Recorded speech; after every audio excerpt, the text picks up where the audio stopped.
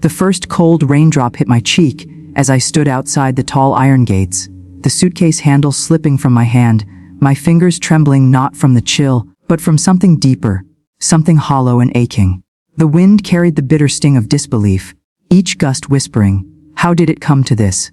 My son, my only child, had just thrown me out of his mansion, his $6.5 million estate in the hills that I had helped him build his life upon. And it wasn't just a metaphor.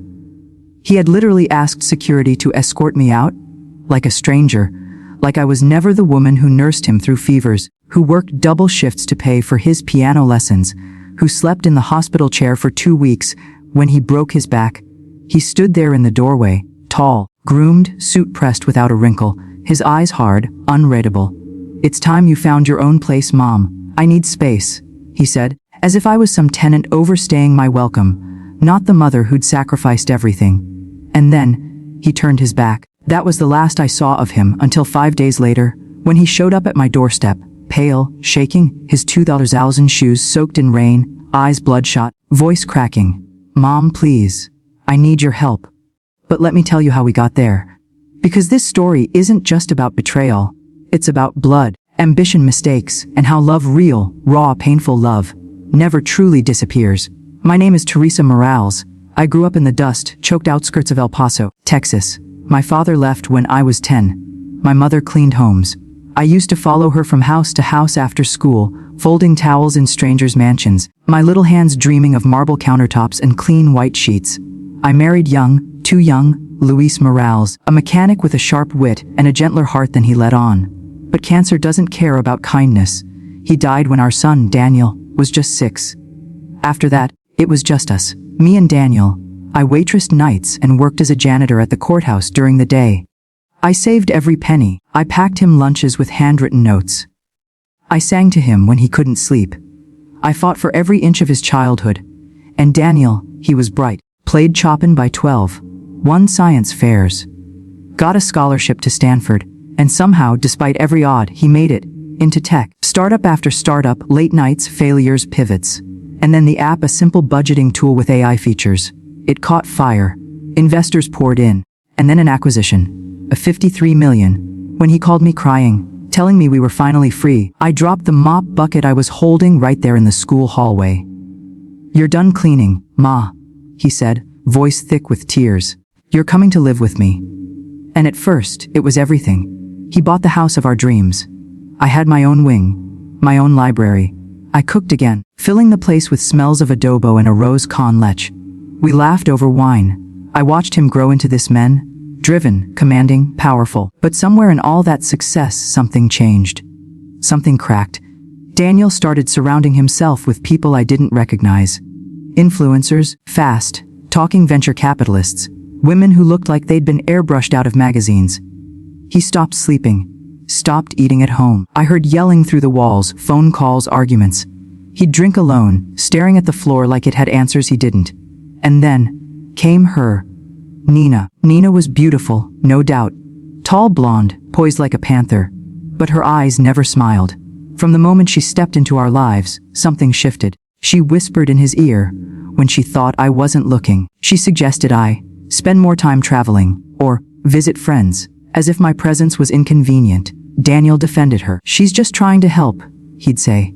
But she wasn't helping. She was isolating. And then, the turning point. One morning, I came down to find boxes in the hallway. Movers. Daniel sipping espresso like it was just another Wednesday. "You've done so much for me, Ma," he said, not meeting my eyes. "But I think it's time you lived your own life." "I am living it," I said quietly. "With you. You're my life." But his face was stone. "This isn't healthy. You need boundaries. I need space. Nina thinks." I didn't let him finish. I left, dignity intact, tears clawing down my cheeks as the rain started to fall. And he watched. He let me walk away. I moved into a small one-bedroom apartment on the south side of the city, where the pipes groaned and the windows whistled in the wind. I thought that was the end of our story. That I'd become one of those mothers you read about in tabloids. Forgotten after fortune. But that night, I prayed, not for revenge, just that he'd be okay. That whatever demons were chasing him wouldn't win. 4 days passed. Then came the knock. When I opened the door, I barely recognized him. The light in his eyes had dimmed. They took everything. He choked out. Everything, Ma. I need you. It turned out, the acquisition deal had cracks. Fine print no one read. Nina. She wasn't just a girlfriend. She was a corporate plant, working with a rival firm. She fed Daniel's insecurities, urged reckless investments, convinced him to hand over power to a board she secretly influenced. In a matter of days, his shares were diluted, his voting power gone. The board ousted him, his accounts were frozen pending investigation. And Nina, gone, vanished, her number disconnected, her bank accounts emptied. All he had left was me. And what did I do? I made him tea. I wrapped him in a blanket. I held him while he cried. But this wasn't just about comfort. This was war. Daniel wanted to give up, but I wouldn't let him. You built this once. You can build again. But this time, we do it smart. And we do it together. The first subplot began there, the rebuilding. Not of wealth, but of character. I helped him reach out to former partners. I connected him with a lawyer I'd once cleaned for, a kind man named Gerald who took the case pro bono when he saw how Daniel had been manipulated. We worked night and day, compiling evidence. Daniel took therapy seriously. He reached out to people he'd wronged. He even apologized to our old neighbor, Mrs. Jenkins, whom he'd once mocked for mowing her lawn in socks. The second subplot was more personal. I reconnected with my estranged sister Rosa. We hadn't spoken in 15 years, falling out after my husband's funeral over money and pride. But as I helped Daniel pick up the pieces, I realized how much we'd lost to silence. Rosa had raised 4 boys on her own. She'd been through her own hell. I called her. We cried. She flew in. She hugged Daniel like he was hers. The months passed. Daniel fought tooth and nail. And eventually we won. Not all the money, but enough. He cleared his name. He even launched a new company, small, ethical, community-focused, and this time, he made me his co-founder. Not because I had a degree, but because I had something he finally understood was more valuable than money. Wisdom, loyalty, love. We bought a modest home. Nothing flashy. We planted a garden. On weekends we cooked. On Tuesdays I taught a free budgeting class at the local rec center. Daniel came with me, sat in the back, took notes.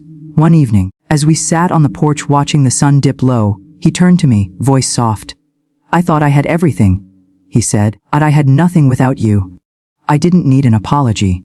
His actions had spoken loud enough. But I said the words anyway, the ones I'd wanted to say since that rainy night.